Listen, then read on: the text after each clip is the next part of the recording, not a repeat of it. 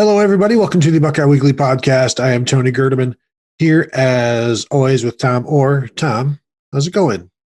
Tony, I have some very exciting news to share. Just before we hit record, I received an email from the Penn State graphics department. We have produced a Buckeye Weekly show every day this week, except for Monday, Wednesday. Oh, wow, that's great. Every day this week, huh? Huh. I forgot what you said at the last part there.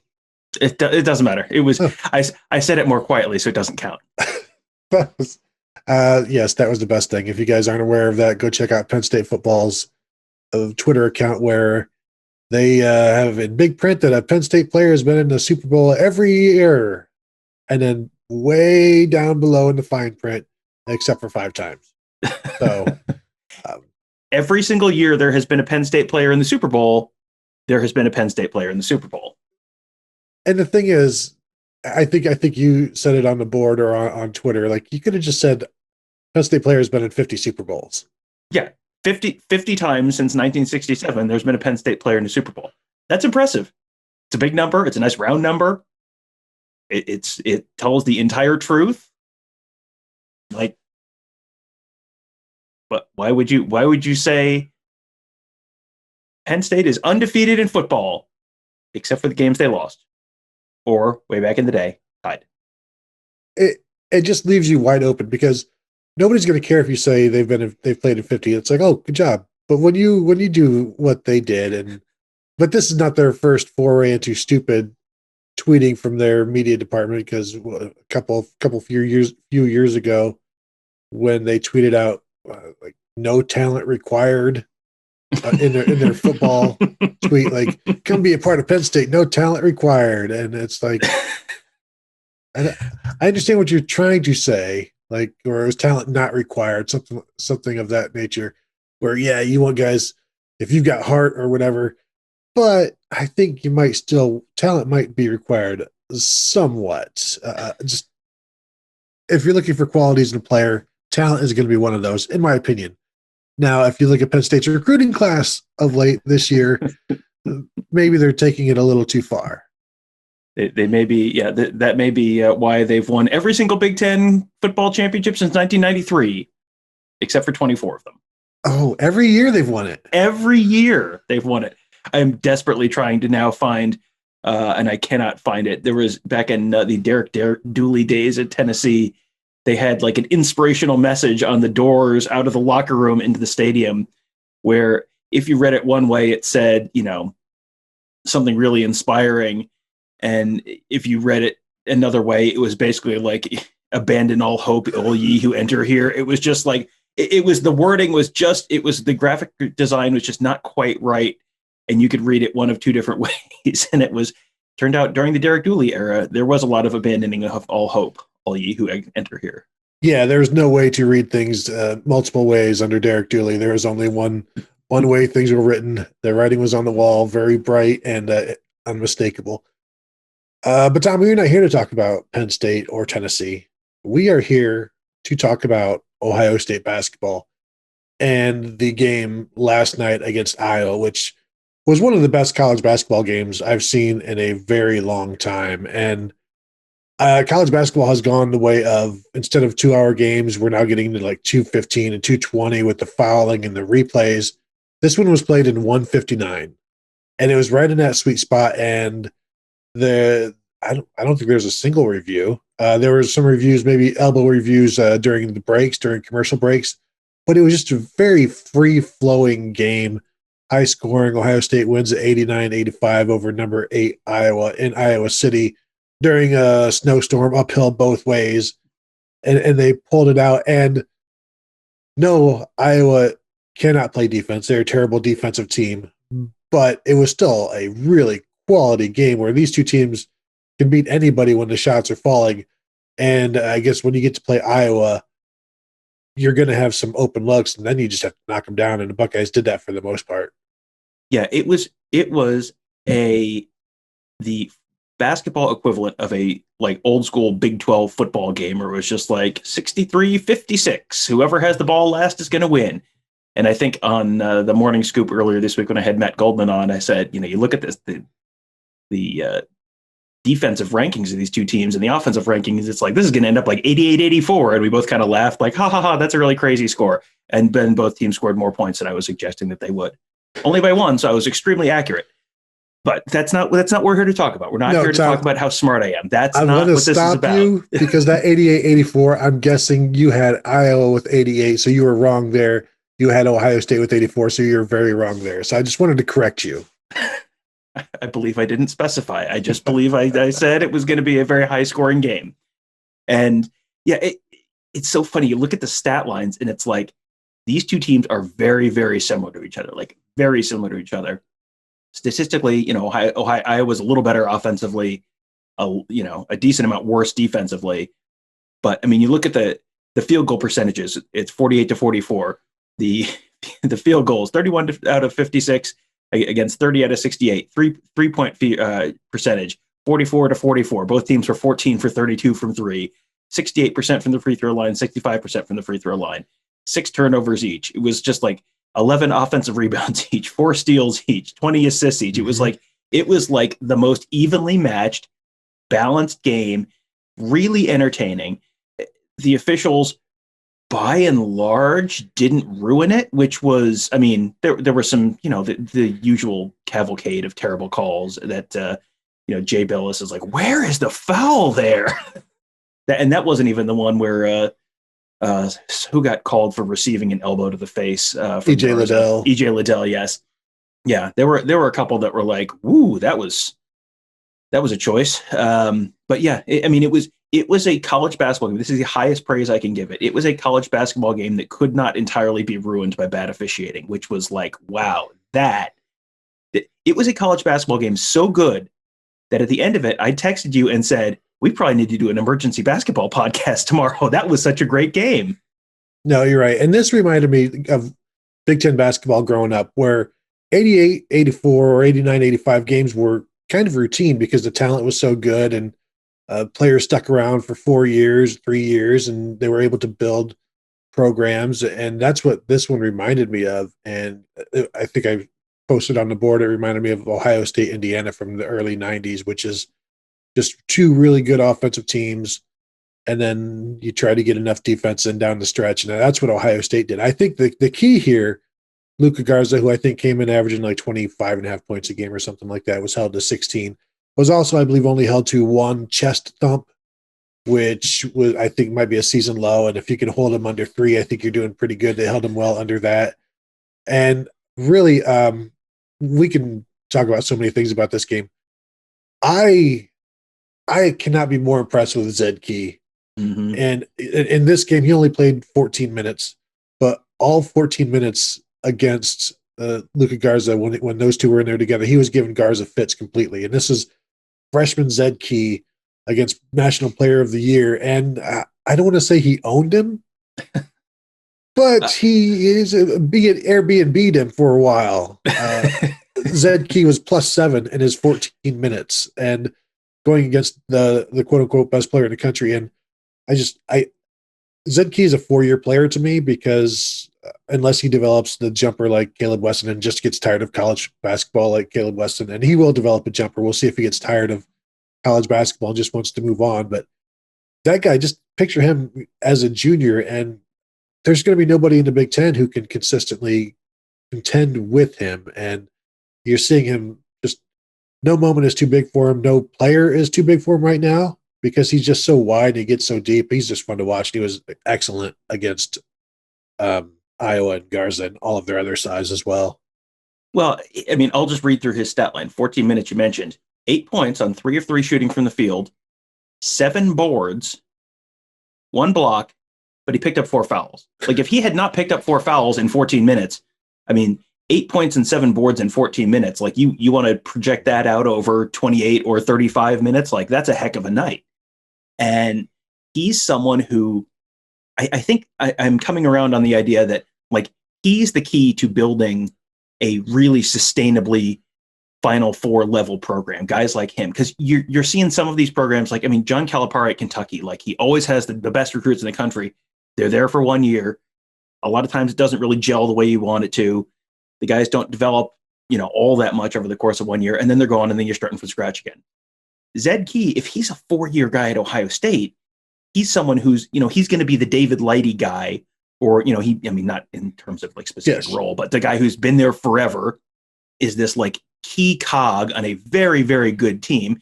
And, you bring in you bring in a 5-star guy every once in a while to be the Greg Oden or the Mike Conley to go with him. But it is if you have a team full of guys like that, that's what gets you to be a consistent, like that's what turns you into a Wisconsin, Michigan State, like the teams that are kind of consistently very, very high on the pecking order. And I guess I have seen the Big Ten standings this year, and I know Michigan State's not there this year, but if they get Tom Izzo level consistency out of Chris Holtman's programs, I think they would probably take that this year or not. So yeah, I'm really impressed with, there's just been so much development of the talent this year. So many guys who at the beginning of the year it was just kind of like, yeah, we'll see what they have.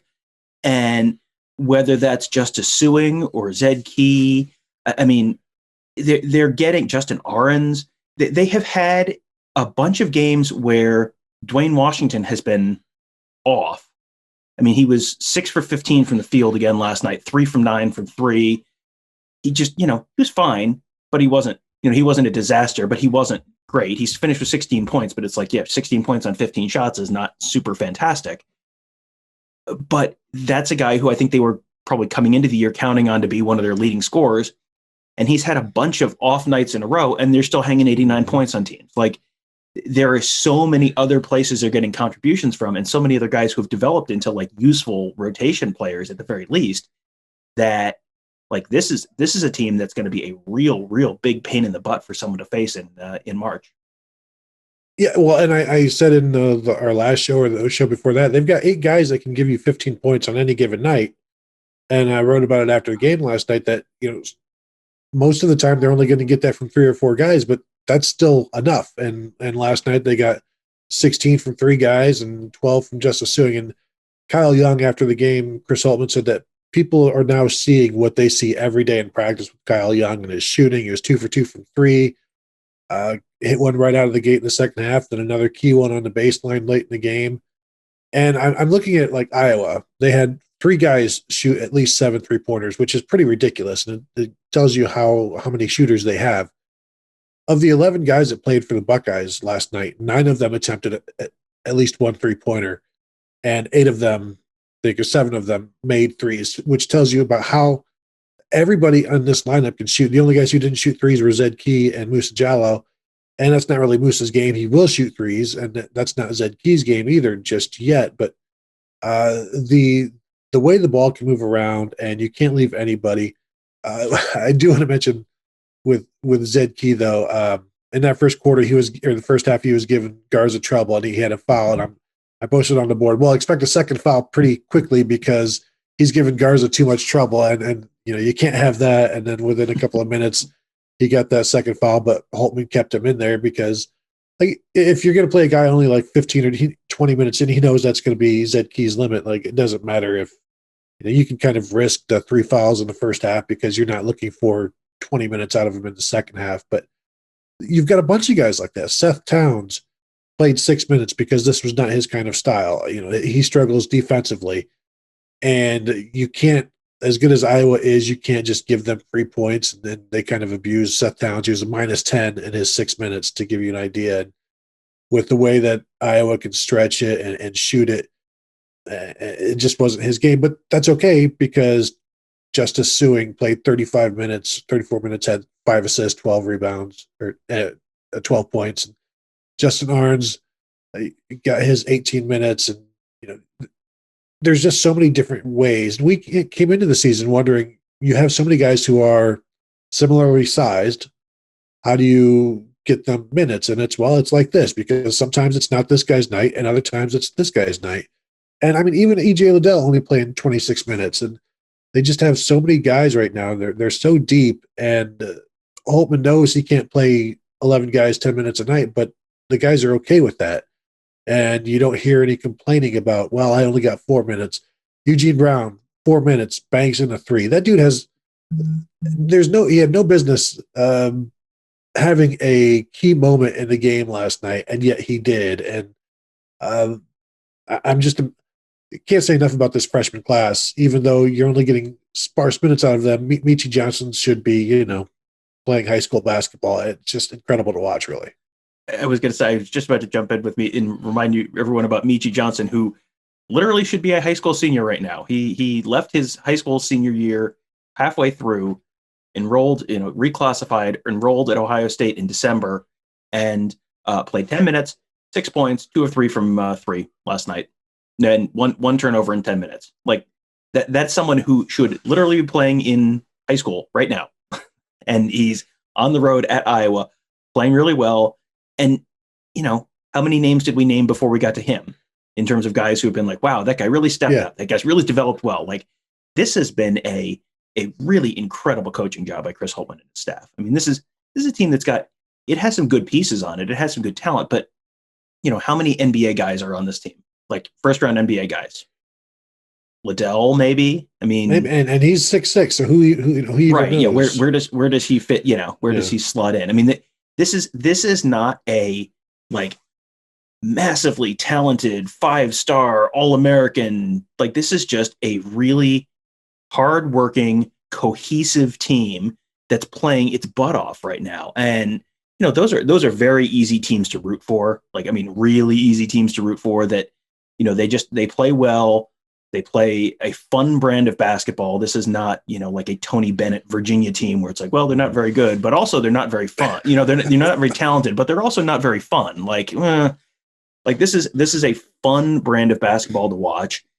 It is, they're not winning the same way every night. It's just like, well, who's going to be the hero tonight? And, Justin Ahrens gets hot late and all of a sudden just boom, boom, boom, 3-3-pointers late in the second half to kind of help pull away. And this has been I did not have super high expectations for this year's team. I thought, high middle of the pack, Big Ten team. Maybe things break right. They make the Sweet 16. And now you look at some of the tourney cast on Bart Torvik's site, the tourney cast, where he projects like what the field might be, like who might earn what kind of seed. Ohio State is currently the 4th overall. They are they and Alabama are basically dead even to get the 4th number 1 seed. Like that's not what I would have expected a week ago, let alone a month ago, let alone 3 months ago. Yeah, and they keep winning on the road, or as Chris Holtmann said after the game, he no longer considers any game a home or a road game. It's just all neutral. And I think the box score had 503 people in the stands last night, and that's in the arena as a whole. And so, yeah, they are doing something they've never done before, like 4 wins in a row over top 15 opponents on the road. But they're not really road wins, but they are tournament teams, and they have felt like tournament games. This one certainly felt like a tournament game. It's too bad the crowd wasn't able to watch it, although when Ohio State was down 11, I think a crowd might have been a little bit too much for them to overcome at that point. And Holtmann did say that even earlier in the year, it would have been too much for them to overcome. But this is a different team now. And, Dwayne Washington hitting those 2 threes in that when they were down 11, hit 2 quick threes. And now it's a 5-point game and everything is back to normal, basically. And it's just amazing to watch both teams. Iowa, I think in the first half, had a 10-0 run over the span of like a minute and 12 seconds. And it's just like, that's how quick it is. You work so hard and they'd get an offensive rebound, kick it out for a 3, and it goes in. And then down the stretch, the Buckeyes locked them down pretty well. And it's something that Iowa was unable to do. And Ohio State could do it with their guys. When we talk about coming into the season, there's like, yeah, all of these guys are decent, but they're flawed. They all have their flaws. Like Dwayne Washington, we know can go cold for a while, can get out of control at times. But like you said, came into the game 5 of 30 of his last 30 in the last few games, and yet they're winning. Doesn't slow him down. And then when he actually hits some shots, then they go up, and they left some easy buckets out. EJ Liddell missed a couple of easy ones in the first half, and he wasn't the only one. And this team's ability, the mid-range, I think sets them apart from a lot of teams because it's not just the paint or And it's not just around the rim or a three. It's EJ Liddell not hesitating from 16. And it's Kyle Young able to score from either wherever he is on the baseline or in the paint with his hook shot. As long as they're not forcing stuff, that's where Justin Arns was struggling. Once things started to flow for him in this game, then he was able to knock down his threes, and same thing with Dwayne Washington. Like, if it all just comes in the course of the offense, they're not going to shoot 30%. They're going to shoot like 60%. It's when they're forcing it when things go wrong. Arns is right around 50% on the season from three, and I'd bet when he's catching and shooting from, just in rhythm, he's hitting way more than 50%. And there's just and CJ Walker with his 9 assists. They're passing the ball so well, and when you've got as many guys that can shoot it, it makes it a lot easier because the floor is spread out, and you still have guys that can drive as well. Yeah, I mean, there are so many guys that can beat you, and they can beat you in so many different ways. That makes you, almost impossible to stop. I'm going to be very interested to see what this team looks like when they get, assuming they get to play a chance to play Michigan in a few weeks. Michigan's a pretty good defensive team. Like, that's got to be kind of a different level of a challenge. If they're hanging 75, 80 points on Michigan, like, okay, that's going to really, really tell me something. I think there's a possibility they do, because as you said, like, you're not just doing the, sort of statistically sound high percentage shot close to the basket or 3-point shot. Like, that's what the math says you should do. If you do some of the mid-range stuff, those are not as efficient a shot as if you're 2 steps inside the 3-point line, the math says you should take those 2 steps back and shoot from back there, because you're going to get an extra point, and your shot has a higher expected value from there. But if you're shooting mid-range stuff and you can do that well enough that it forces people to defend you everywhere, that then opens everything else up. That makes you harder to defend. You can't just guard the 3-point line and put a big dude in the paint and call it a day. This team is going to be a pain in the butt to get out of the tournament. So I think this is a team that people are going to look at and go, kind of like groan if they see Ohio State in their, kind of quartile of the bracket. Like, that's going to be a team that people are and that's what you want. Like, you want to be the team that everyone's like, oh, I don't want to play them. That's what this Ohio State team looks like to me. They're not perfect, but they're pretty good. They're pretty deep. They're pretty fun, and they're going to be real tough to get out of that tournament. Yeah, and Big Ten football schedule announced today, Tom. I just got an email about that. So while I am talking about basketball, if you want to go ahead and read that, see if that's anything spicy. Holtman talked earlier in the week, I believe, about the mid-range and being 2 feet in front of the 3-point line. He's like, I know analytics says that's a terrible shot, but I want our guys to shoot open shots that they're comfortable with because they're making them. And if I expect them to continue to get open shots, and if they get held below 70 or 80 points, it's because the shots aren't falling that day. I don't know that you can defend them completely and get hands in the faces as often as you'd like. I think because they can shoot from so many different areas that some nights the shots aren't going to fall. And that's what is going to be the difference between wins and losses for them for the most part. Breaking news from the Big Ten. Today at 1 p.m. Eastern Time, a revised 2021 Big Ten football schedule will be announced live on Big Ten Network.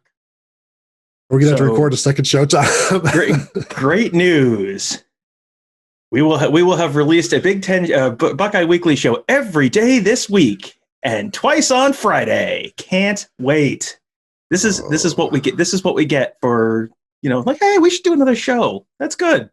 Let's do it early. That way people get it early. That's good. That's what we want. Yes. Smart. Yep. So lesson learned. That's all right. So yeah. So I'm excited. Do we have any more basketball talk, or should we reflect on the? Well, we can wrap up basketball. I'm gonna have to. I've got to do some running around and get back by 1. I'm gonna lay out all of my plans for everybody here today, but yeah, I am gonna be interested to see that Michigan game. Michigan has missed their last 4 games, and I think they also have postponed Saturday's game, so they may have like 3 games to play before they get to Ohio State, or 2 or 3 games before they get to Ohio State. So, I think they'll be able to get back up to speed. But yeah, that's definitely what I'm looking forward to, Tom. I'm looking forward to more than anything else all the Michigan people who were outraged that an Ohio State team that played fewer games than Indiana won the division, now arguing very passionately that Michigan should win the Big Ten in basketball, even though they only played, half as many games as everyone else. That'll be fun. And Tom, that is one thing that Chris Holtman said this week as well. Like, eventually, they're not thinking about it right now, but eventually the coaches are going to have to get together and figure out how to name a regular season champion. And the way I view it, it should go to the team who's played. If you haven't played more games than other teams, you should not be able to win it. If you have played too few games, Tom, you can't. And you can't change the rules. Well, you can't change the rules in the middle of the season. We've well established that would be the grandest scandal. And right, I'm trying to remember the Brett McMurphy tweet. The Big Ten has to decide whether they want to sacrifice their great honor and dignity in order to. You can't see the hand gesture I'm making right now, but you can probably imagine what it is. Just one final note. I'm just the Bart Torvik site. I don't know if you guys are familiar with Bart Torvik's site. He does. He's a lot like Ken Palm, does kind of like an advanced statistical analysis of basketball, and looks at stuff on a tempo-free, points per possession adjusted kind of opponent adjusted kind of basis, just to sort of give you an overall measure of teams. And it's not, you'll have teams that are ranked behind others. There's like, well, but they beat them. Why would that? And it's like, it's not a resume ranking. It's just a sort of opponent adjusted, just a statistical, kind of a little bit like an SP plus in football. He has a what he calls a tourney cast, and it sort of projects the likelihood that you get through any different number of levels of the tournament. Gives Ohio State a 31.9% chance of having a number one seed, a 57% chance of making it to the Sweet 16, 16.4% chance of making it to the Final Four, and a 3.4% chance of winning the national championship.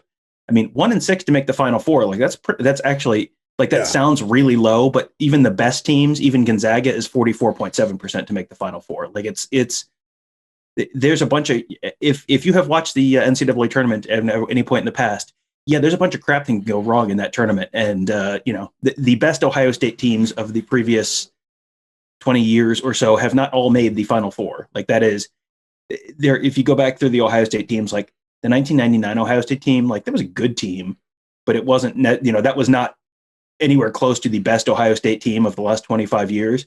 And they made the Final Four. And some of those, like the Aaron Kraft team that lost to Wichita State. Like, I mean, there were the team that lost to Kentucky in the Sweet 16. Like there were a bunch of them that were probably better than the 99 team.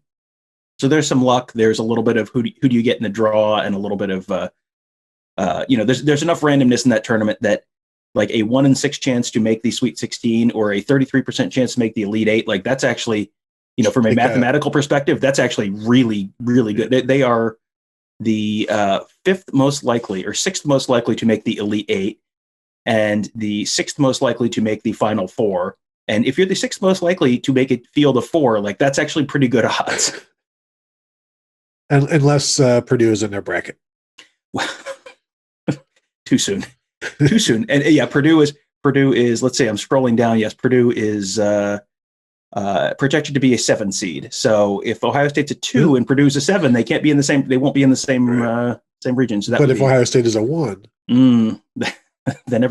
then Purdue is only a 9% chance to make the Elite Eight. So yeah. All right. I think Ohio State is going to do pretty well because the tournament is about matchups, and Ohio State has just a bunch of different matchups. They're an odd team. Mm-hmm. It's not just a backcourt team, and it's not just a front court team. And the front court does a lot of different things, and just an interesting matchup for anybody.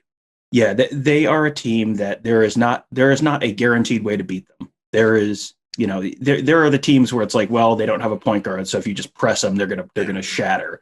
Or, hey, this team is they're too small in the front court. Like you can really just overwhelm them with size. Like there is not a tried and true, definitely this is the route to beat Ohio State guaranteed. There is, there are teams that are probably better than Ohio State, but there's not that many of them. They're probably going to get to play, 3 games or so before they play a team that's better than them in the NCAA tournament would be my guess. And you're even when you get there, there's not anyone that I look at that's like that team will absolutely positively beat Ohio State. There are some good teams that probably will be favored, but this is a team that is growing enough, developing enough, playing in, and can play in enough different ways that I think that's going to be, keep your March weekends clear is what I'm saying. Like, don't plan any trips out of town. Might be worth keeping an eye on. Unless you're going to take a trip to Indianapolis, which I don't know that you'll be allowed. I was going to say, I'm not sure you're going to be invited, but there are other buildings you could go into. Yes, the Indianapolis Children's Museum, and also the big circle with the monument thingy, as we've long favored on this podcast. So that's basketball. Plenty of reason to be excited about it. Tom, as we're talking about as the football thing is breaking, Mark was just in the process of booking flights for Minnesota, and I wonder if that is already now out the window. It's gonna be yes, and thank goodness we have not booked our flights yet for our football travel. We have been talking about football travel this week because this is the things. These are the things that you do.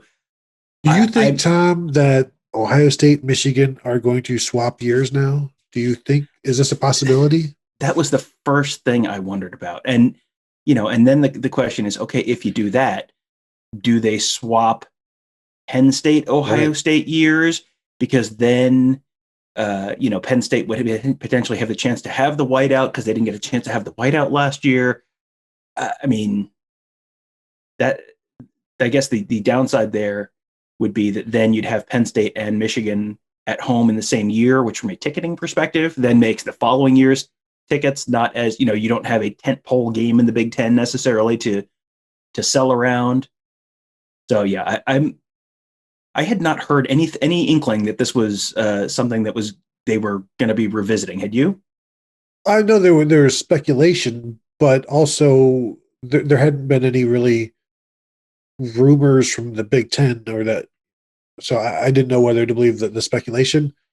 I know, like, once you change one thing, it changes a whole bunch of other things, and so I mean, it's going to be a pretty wide ranging thing. So I'm interested to see what this is going to be about. And I guess maybe there's I'm sure there's all kinds of rumors going on Twitter right now about what's going to happen and that that we're not seeing. And yes, of course, Ohio State is going to host Michigan next year with 105,000 in the crowd. Or Tom, what if Ohio State does not host Michigan? They go to Michigan, but they also have to then also go to Penn State. That would be. I saw Matt Brown, who is a Granville native, suggest that he hears Nebraska has 12 road games scheduled in this one. I'm wondering, are they just going to cancel the season? Is that what this is? Are you just calling the whole thing off right now? I mean, crazier things have happened. Who's to say? That is true. I mean, we could say crazier things have happened for a while now. That we could just fall back on that one. Yeah. Thanks to 2020. But I guess we will have an emergency podcast in about, I don't know. Tom, are you going to be? Yeah. Well, we'll discuss things. Yes, we will have something for you. We will have something for you at some point later. You already got one podcast today. We don't want to give you too much. That would we don't want to spoil you. That would be right. Yeah, we're heading into the off season. We're trying to wean you off the daily shows thing. So 2 shows in one day, I think, would really be sending you some mixed messages. So but we'll put something out. Maybe we'll do an emergency morning scoop or something. We'll see. They're perfect. We'll see. We'll figure it out. That will do it for now. Because, again, we have to plan the next show immediately. We have to hurry up and get this show out before we do the next show. So that is something for everybody to look forward to. Thank you guys for listening. Reminder to check out BuckeyeScoop.com. Sounds like there's going to be some news happening, and we'll have it covered there. Thank you guys for listening, and we will talk to you in about 2 and 2.